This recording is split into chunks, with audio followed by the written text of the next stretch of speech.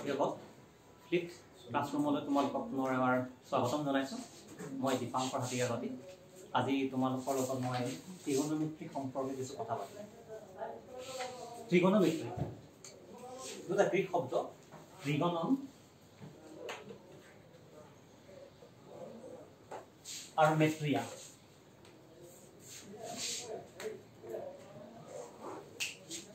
এই দুটা শব্দ লগ লাগি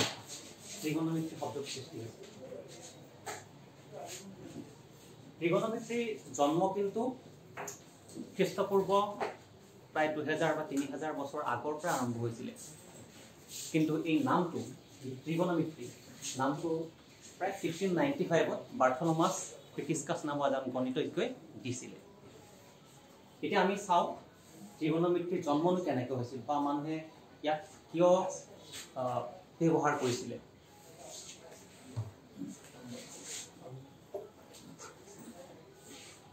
প্ৰাচীন কালৰ কথা,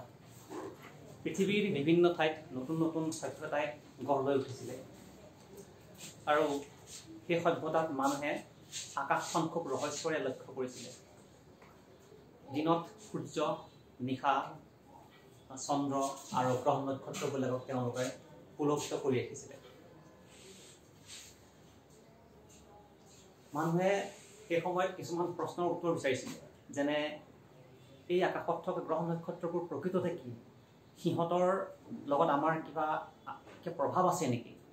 বা সিহঁতৰ মাজত আমাৰ উপস্থিতি ক'ত। এনেবোৰ প্ৰশ্নৰ উত্তৰ বিচাৰি মানুহবোৰে সেই গ্ৰহ নক্ষত্ৰবোৰৰ গতি লক্ষ্য কৰিবলৈ ধৰিলে। পিছতে সেইবিলাক গাণিতিক উপায়েৰে লিখিবলৈ চেষ্টা কৰিলে, আকাশৰ এখন মেপ আঁকিবলৈ চেষ্টা কৰিলে। আৰু এই গ্ৰহ নক্ষত্ৰবোৰৰ গতি যেতিয়াই অধ্যয়ন কৰিবলৈ ল'লে, তেতিয়াই ত্ৰিগোণমিতিৰ আৰম্ভ হ'ল। এই গ্ৰহ নক্ষত্ৰৰ গতি কেনেকৈ অধ্যয়ন কৰিছিলে তাৰ এটা ধাৰণা মই তোমালোকক দিব বিচাৰিম আমাৰ সূৰ্যটোক লৈ। কাৰণ সূৰ্যটো এটা নক্ষত্ৰ।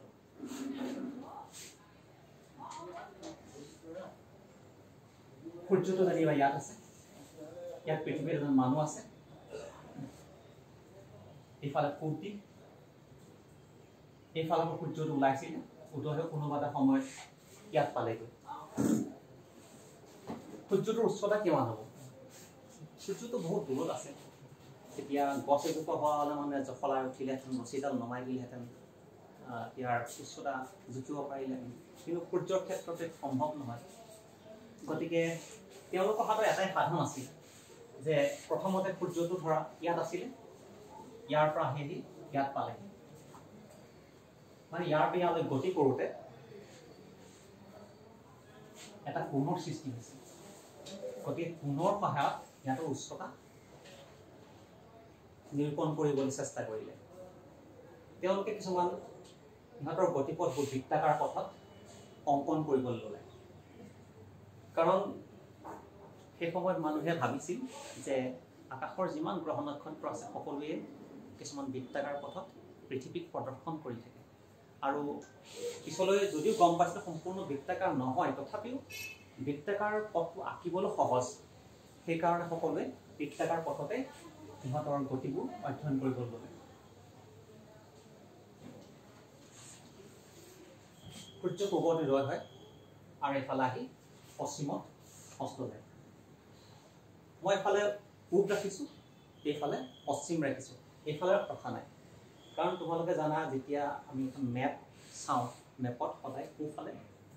পূব দিশটো ৰখা যায়, আৰু সেইটো এটা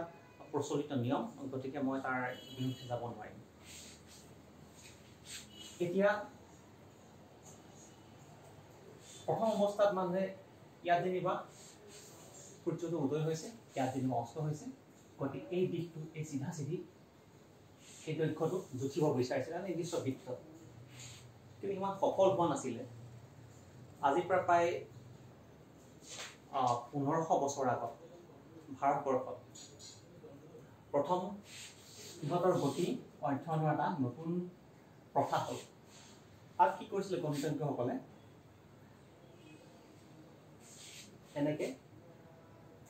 চিধা এটা আঁচ পাৰিছিলে। আঁচ পৰাৰ লগে লগে এই দৈৰ্ঘ্যটো এই থিতা কোণৰ কাৰণে সূৰ্যৰ উচ্চতা বুলি লৈছিল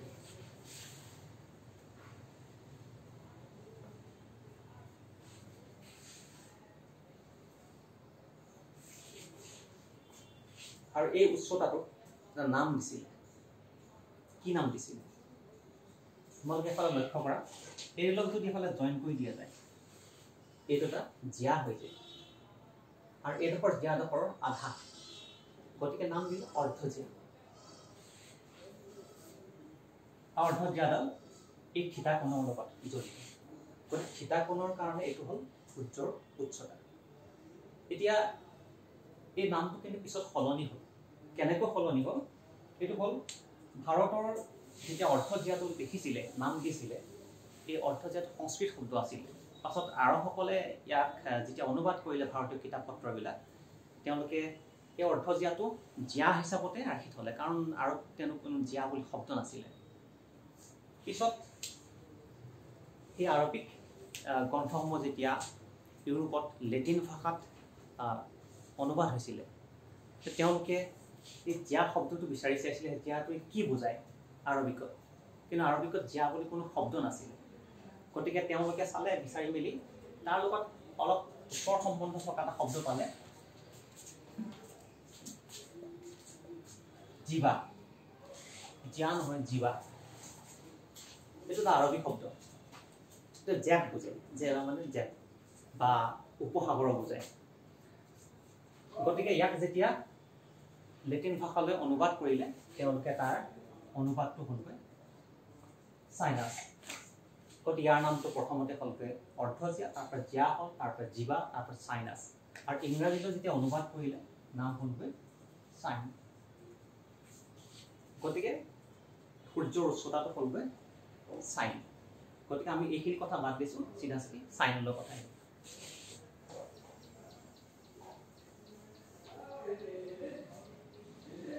কি হ'লগৈ চাইন কি কোণৰ কাৰণে থিতা কোণৰ কাৰণে গতিকে নাম লিখা হ'ল চাইন থিতা বা পিছলৈ ছুটিকে চাইন থিতা তোমালোকে মন কৰিবা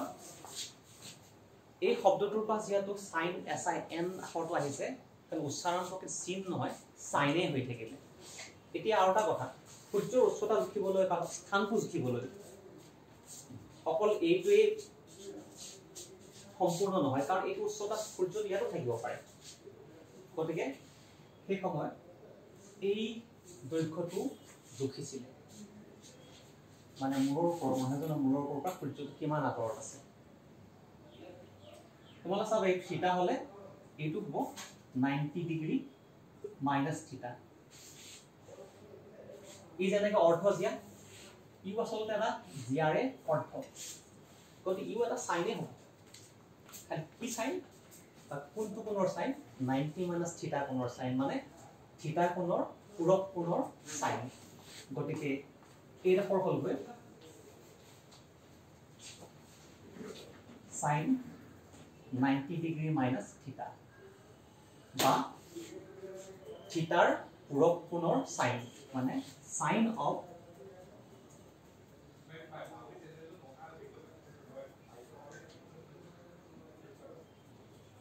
কমপ্লিমেন্ট অফ থিটা এটা কমপ্লিমেন্ট আখৰটোৰ কাৰণে ইয়াৰ আগত সিউ আখৰটো লগাই দিম ও সাইন থিটা আমাৰ থিটা কোণৰ সাইনৰ কমপ্লিমেন্ট বা থিটা কোণৰ কমপ্লিমেন্টৰ সাইন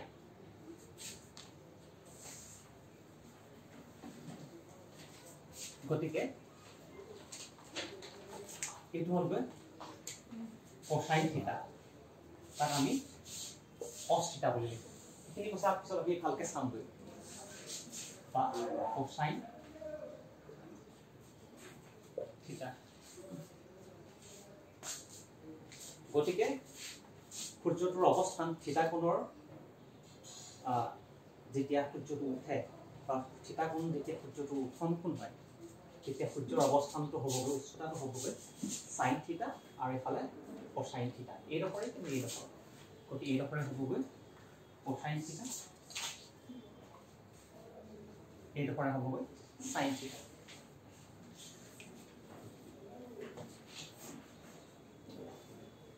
এইটোৰে সাইন থিটা কোসাইন থিটা নামকেইটাৰ জন্ম হৈছিলে কিন্তু সেই সময়ত যেতিয়া সমগ্ৰ ইউৰোপত বা সমগ্ৰ বিশ্বত সাইন থিটা কোসাইন থিটা এইবিলাকৰ সহায়ত আকাশৰ গ্ৰহ নক্ষত্ৰৰ অৱস্থানবিলাক চিত্ৰত আঁকিব বিচাৰিছিলে বা বৃত্তত আঁকিব বিচাৰিছিলে সেই বৃত্তবোৰৰ কোনো সাইজবোৰ একে নাছিলে কিছুমান দেখাৰ্ধটো ধৰা সৰু আছিলে ছুটি আছিলে কিছুমানৰ বহুত দীঘল আছিলে গতিকে সাইন কোসাইনবিলাক সকলোৰ কাৰণে বেলেগ বেলেগ আছিলে ইয়াৰ পাছত কি হ'ল গণিতজ্ঞৰ সিদ্ধান্ত ল'লে যে আমি বিভিন্ন ধৰণৰ ব্যাসাৰ্ধ নলওঁ আমি মাত্ৰ সেইটো ব্যাসাৰ্ধ ল'ম যিটো ব্যাসাৰ্ধ এক মানে শেষত গৈ পেলাই এক ব্যাসাৰ্ধৰ বৃত্তত এই সাইন থিটা কোসাইন থিটাবিলাকৰ ব্যাখ্যা কৰিবলৈ ধৰিলে ইয়াৰ অৰ্থ এইটোৱে হ'ল যেতিয়া এটা বৃত্তৰ ব্যাসাৰ্ধ এক হয় তেতিয়াহ'লে এই বাহুডালৰ দৈৰ্ঘ্য হ'ল সাইন থিটা আৰু এই বাহুডালৰ দৈৰ্ঘ্য হ'বগৈ কোসাইন থিটা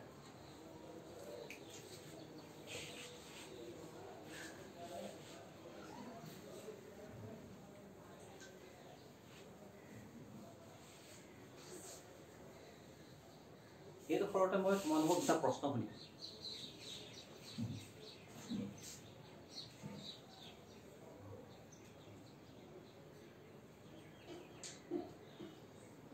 মই কৈছিলোঁ যে এইফালে ইষ্ট এইফালে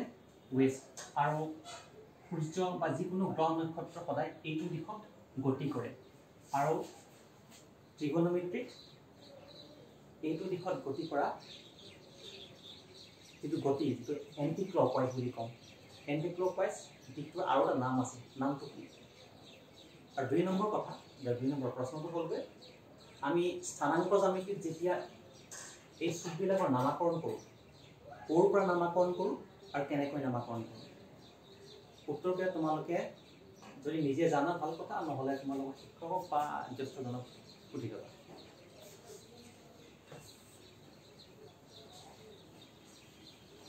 এতিয়া আমি ত্ৰিগোণমিতিত অকল এই নামকেইটাই আমাক লাগে নেকি অকল এইকেইটাই নালাগে ইয়াৰ উপৰিও কেইবাটাও নাম আছে সাইন কোসাইনৰ উপৰিও টেন সেক কসেক কট কিছুমান নাম আছে আমি সেইবিলাক এতিয়া চাবলৈ নাযাওঁ খালি এইখিনি কথা ক'লো কাৰণ এইখিনি তোমালোকৰ কিতাপত আছে ইয়াৰ পাছত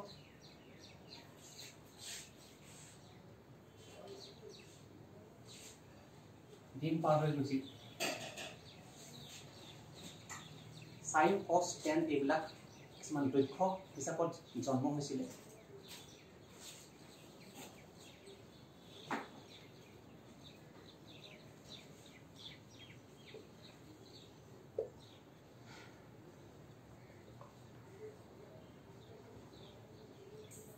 পিছত কি হ'লগৈ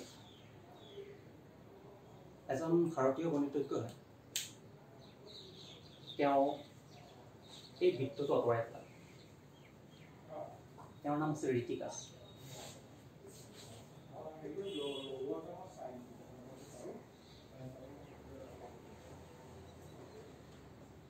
এইটো কাৰণে আঁতৰালে যাতে এইবিলাক আমাৰ দৈনন্দিন ব্যৱহাৰত অলপ বেছি সুবিধা হয় ফলত এটা সমকোণী ত্ৰিভুজ পাই গ'ল গতিকে সমকোণী ত্ৰিভুজত প্ৰথম সাইন কোসাইনৰ ডেফিনেশ্যনটো এনেকুৱা হ'ল যদি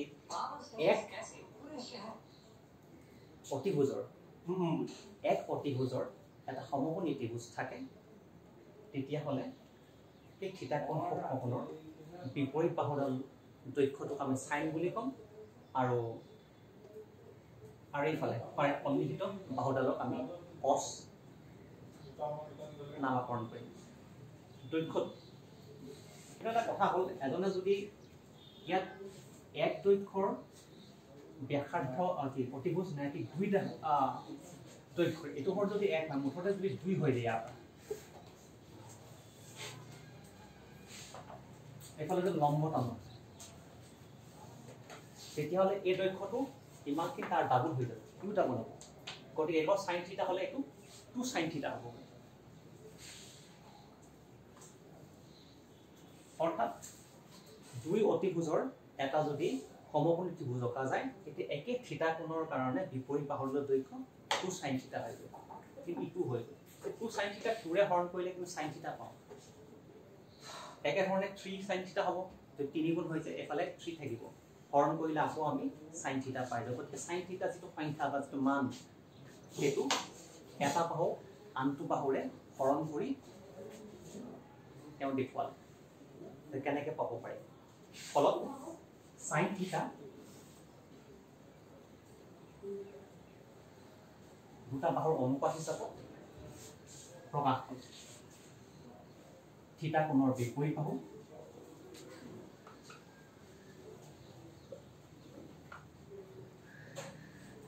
অতিভুজ যেটো বৰ্তমান আমি sin থিটাৰ ডেফিনেশ্যন বুলি কওঁ এতিয়া একে ধৰণে cos থিটাৰ কথাটো একেটাই হৈ যায় আগতে এক আছিল এটো হৰ cos থিটা আছিল 2 হৈ যায় তো টুৱাইস cos থিটা হৈ যায় কিন্তু ইয়াক যদি এইটোৰে হৰণ কৰি দিও আকৌ cos থিটা পাওঁ একে সংখ্যাটো পাওঁ গতিকে cos থিটাৰ ডেফিনেশ্যন আহিলে থিটাৰ সন্নিহিত বাহু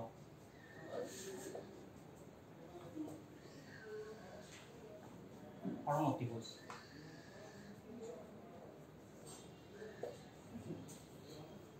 গতিকে sin থিটা cos থিটাক আমি এনেকে সমকোণী ত্ৰিভুজ দুটা বাহুৰ অনুপাত হিচাপত পাম আৰু বৰ্তমান sin থিটা cos থিটা হেতুৱে ডেফিনেশ্যন একে ধৰণে বাকি যিমান বিলাক নাম আছিল tan থিটা sec থিটা cosec থিটা সেইবিলাকো এনেকে সমকোণী ত্ৰিভুজ দুটা বাহুৰ অনুপাত হিচাপত আমি পিছলৈ পাম দেখ কোনটো অনুপাতৰ নাম কি বা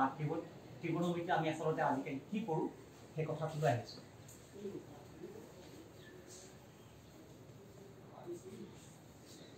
এতিয়া ত্ৰিকোণমিতিৰ যিটো নামটো আছিল যিটো আমি কৈছো ট্ৰাইগনন আৰু মেট্ৰিয়া শব্দকেইটাৰ পৰা আহিছে এতিয়া আমাৰ নতুন ডেফিনেশ্যনত সেইটো খাপ পাব অৰ্থাৎ ত্ৰিভুজৰ ভিতৰত কিছুমান যুগ্মা এতিয়া ভিতৰৰ কথা নাই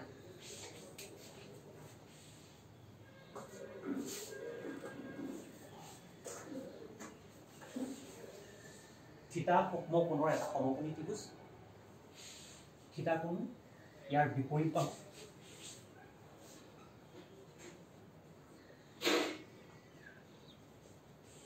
আৰু এই থিতাৰ হলগৈ সন্নিহিত বাহু এইটো হয় কিন্তু এইটোৰ যেহেতু নিজৰ নাম এটা ইতিমধ্যে আছেই অতিভুজ যেহেতু সৰ্ববৃহৎ বাহু গতিকে সন্নিহিত বাহু বুলি ক'লে আমি অতিভুজডালক নুবুজাওঁ আনডাল বাহুক বুজাওঁ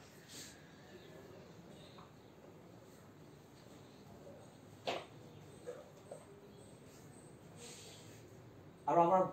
মাজত কিছুমান প্ৰচলিত প্ৰতীক আছে যেনেকৈ সন্নিহিত বাহুটো আমি সাধাৰণতে বেছ বুলি কওঁ আৰু বিপৰীত বাহুটো পাৰপেণ্ডিকুলাৰ বুলি কওঁ ইয়াৰ কাৰণ আছে কাৰণ আমি প্ৰথমতে চাইছিলোঁ যিহেতু আমি সূৰ্য বা যিকোনো গ্ৰহৰ গতিবোৰ এইফালৰ পৰা চাইছিলোঁ এইডালক ভূমি বুলি কৈছিলোঁ আৰু এইডালক আৰু আগৰ সংস্কৃতটো এটা ভোজ বুলি কৈছিলে পুতি বুলি কৈছিলে তাৰ পৰাই যিটো আহিছিলে গতিকে বেছ বুলি কোৱা যায় এইটো পাৰপেণ্ডিকুলাৰ বেছৰ পাৰপেণ্ডিকুলাৰ কাৰণে পাৰপেণ্ডিকুলাৰ নামটো দিয়া হয় গতিকে ইয়াক বি আৰু ইয়াক পি আখৰেৰে আমি চিহ্নিত কৰা অতিভুজ হাইপোটেনিউজ এই আখৰেৰে আমি চিহ্নিত কৰোঁ ফলত আমি ইয়াত এই তিনিটা বাহুৰ দুটাকৈ যিমানবিলাক অনুপাত পাম প্ৰতিটো অনুপাতক ত্ৰিকোণমিতিক অনুপাত বুলি নামাকৰণ কৰিলোঁ সেইকেইটা হ'লগৈ p/h যিটো ইতিমধ্যে পালোঁ সেইটো হ'বগৈ sin থিটা b/h এইটো হ'বগৈ cos থিটা b/h আৰু p/b এইটো হ'বগৈ tan থিটা এইটো সম্পূৰ্ণ নামটো হ'লগৈ sin থিটা cosine থিটা tangent থিটা আৰু এইকেইটা অনুপাত হ'লগৈ প্ৰধান অনুপাত কাৰণ এইকেইটা অনুপাত মানুহে বিভিন্ন কাৰণত ব্যৱহাৰ কৰিছিলে এতিয়া ত্ৰিকোণমিতি যে অংক কৰা যায় তেতিয়া অকল এইকেইটা অনুপাতৰ সহায় ল'লে নহ'ব আন কিছুমান অনুপাতো লাগে তাৰমানে ইয়াৰ বিপৰীত অনুপাতটো লাগে ইয়াৰ বিপৰীত লাগে সেইকেইটাৰ এনেকৈ নামাকৰণ হৈ গ'ল সাইনৰ বিপৰীত p বাই h আছিল h বাই p এইটো হ'বগৈ কোসাইন সৰি কসেক থিটা বা সম্পূৰ্ণ অন্তৰ কসেকেণ্ড থিটা b বাই h তাৰ বিপৰীত h বাই b কসৰ বিপৰীত sec theta বা secant theta সম্পূৰ্ণ নামটো আৰু tanৰ বিপৰীত p by b বিপৰীত b by p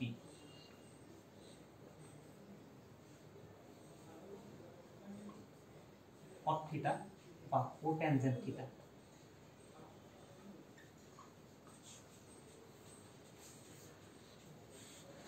গতিকে বৰ্তমান আমি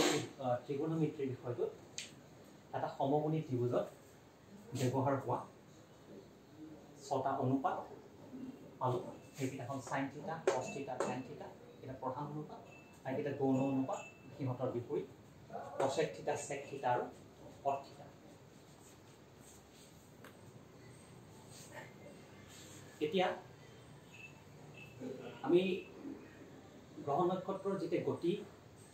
চাওঁ তেতিয়া sin থিটা cos থিটা পাওঁ কিন্তু ত্ৰিকোণমিতিৰ যিটো tan থিটা সেইটো সকলোতকৈ প্ৰাচীন কালত আৱিষ্কাৰ হৈছিল বা ব্যৱহাৰ হৈছিল মানুহে প্ৰাচীন কালত যেতিয়া কোনো ঘড়ীৰ আৱিষ্কাৰ হোৱা নাছিল সেই সময়ত তেওঁলোকে চাহ পৰীক্ষা কৰি খুঁটি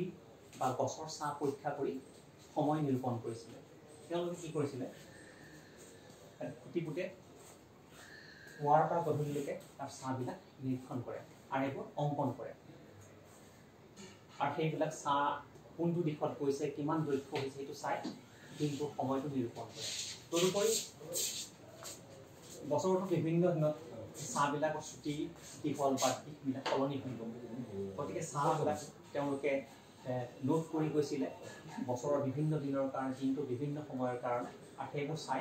আনকি ঋতু পৰিৱৰ্তন হৈছে নেকি সেইবিলাকো চাইছিল আৰু এতিয়া তোমালোকে আৰু এটা কাম তোমালোকে ঘৰত মুকলি ঠাইত বা ছটৰ ওপৰত ঠিক এবেগমান থিয় খুঁটিটা ৰাখিবা তিনিটা থিয় কৰি ৰাখিলেও হ'ব আৰু চাহবিলাক পুৱাৰ পৰা গধূলিলৈকে 1-1.5 ঘণ্টাৰ মূৰে মূৰে আঁকি যাবা আৰু এই চাহবিলাক কোনটো দিশত ঘূৰিছে সেইটো লক্ষ্য কৰিবা চাহবিলাক এনেকে ঘূৰিছে নে চাহবিলাক প্ৰথমে এইটো ফালে আহিছে পিছত এইফালে আহিছে পিছত এইটো ফালে আহিছে পিছত এইটো ফালে এনেকৈ কৰিছে সেইটো লক্ষ্য কৰিবা আৰু ইয়াৰ পৰা যিহেতু ঘড়ীৰ আৱিষ্কাৰ হৈছে ঘড়ীৰ কাঁটাবিলাকৰ গতিৰ দিশটো চাবা ইয়াৰ লগত কিবা মিল আছে সেইটো তোমালোকক কাম দিছোঁ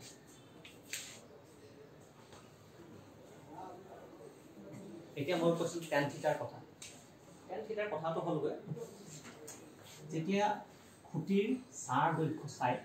তেওঁলোকে সময় নিৰূপণ কৰিছিলে খুঁটি কোনোবাটো উচ্চতা আছিল ওখ আছিলে কিছুমান চাপৰ আছিলে গতিকে চাহবিলাকৰ দৈৰ্ঘ্য ইফাল সিফাল হৈ থাকে কিন্তু এটা কথা দেখা যায় একে ঠাইতে যদি এডাল দীঘল খুঁটি এটা চুটি খুঁটি ফুটা যায় ইয়াৰ যদি চাহটো ইমান দীঘল হয় ইয়াৰ চাহটো যদি বেছি দীঘল হয় কিন্তু এই চাহকেইটা ইয়াৰ খুঁটিৰ দৈৰ্ঘ্যৰ লগত চাৰ দৈৰ্ঘ্যৰ যিটো অনুপাতটো কিন্তু একেই থাকে গতিকে পিছলৈ মানুহবিলাকে কি কৰিছিলে চাৰ দৈৰ্ঘ্য নেলেখি এই অনুপাতটো লিখিছিলে দিনটোৰ বিভিন্ন সময়ৰ কাৰণে আৰু বছৰৰ বিভিন্ন সময়ৰ কাৰণে আৰু খুঁটিৰ এই অনুপাতটো চাই এই অনুপাতটো চাই চাৰ অনুপাত চাই তেওঁলোকে সময় দিনটোৰ সময় বা ঋতু পৰিৱৰ্তনৰ আদি খবৰ তেওঁলোকে গম পাইছিলে আৰু তোমালোকে চাবা এইটো যদি থিতা কোণ হয় তাৰ কাৰণে কি হ'ব এইটোৰ কাৰণে বি হ'ব p বাই b হ'ব tan থিটা এনেকৈ তেওঁলোকে প্ৰকৃত নজনাকৈ tan থিটাটো ব্যৱহাৰ কৰিছিলে আৰু এই tan থিটা বা টেনজেণ্ট অনুপাতটোৰ ব্যৱহাৰ খ্ৰীষ্টপূৰ্ব প্ৰায় 2700 বছৰ আগতে মিছৰৰ যেতিয়া পিৰামিড বনাইছিলে তাত ব্যৱহাৰ হৈছিলে কাৰণ মিছৰৰ পিৰামিডৰ তলখন আছিলে স্কোৱাৰ আৰু তেওঁলোকে যেতিয়া ওপৰত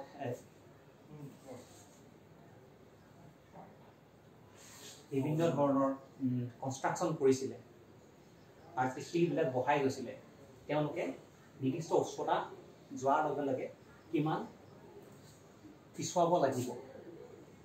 বা ঢালুটো কিমান কৰি ৰাখিব লাগিব সেইটো তেওঁলোকে খুব সাৱধানে গণনা কৰি গৈছিলে অৰ্থাৎ তেওঁলোকে এই tan থিটাটোৱে গণনা কৰিছিলে ত্ৰিকোণমিতিৰ আন কিছুমান ব্যৱহাৰ আছে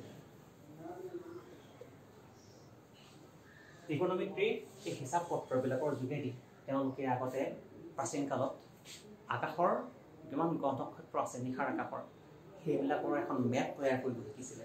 কাৰণ এই মেপখনৰ সহায় হ'লে তেওঁলোকে পৃথিৱীৰ ভূমণ্ডলৰ এখন মেপ আঁকিব পাৰে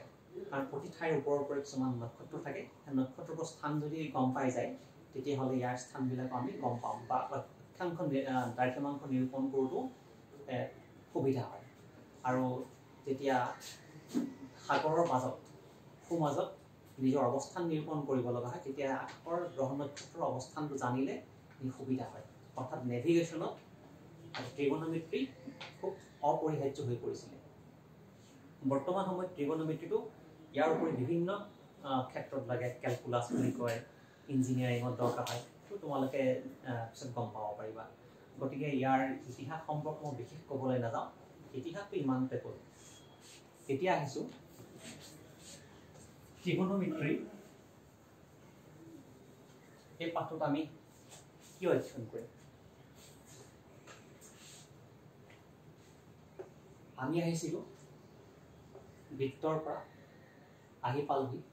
সমকোণী ত্ৰিভুজত কিন্তু তোমালোকে যি পিছৰ অৱস্থাত বা হায়াৰ ছেকেণ্ডাৰীত বা যি এডভান্স মেথমেটিক্সটো তোমালোকে ল'বা সেইসকলৰ কাৰণে সেই ইউনিট চাৰ্কেলটো বা একক বৃত্তটো তোমালোক খুব জৰুৰী হৈ পৰিব মই একক বৃত্তলৈ আকৌ উভতি গৈছোঁ এটা সৰু কথা ক'বৰ কাৰণে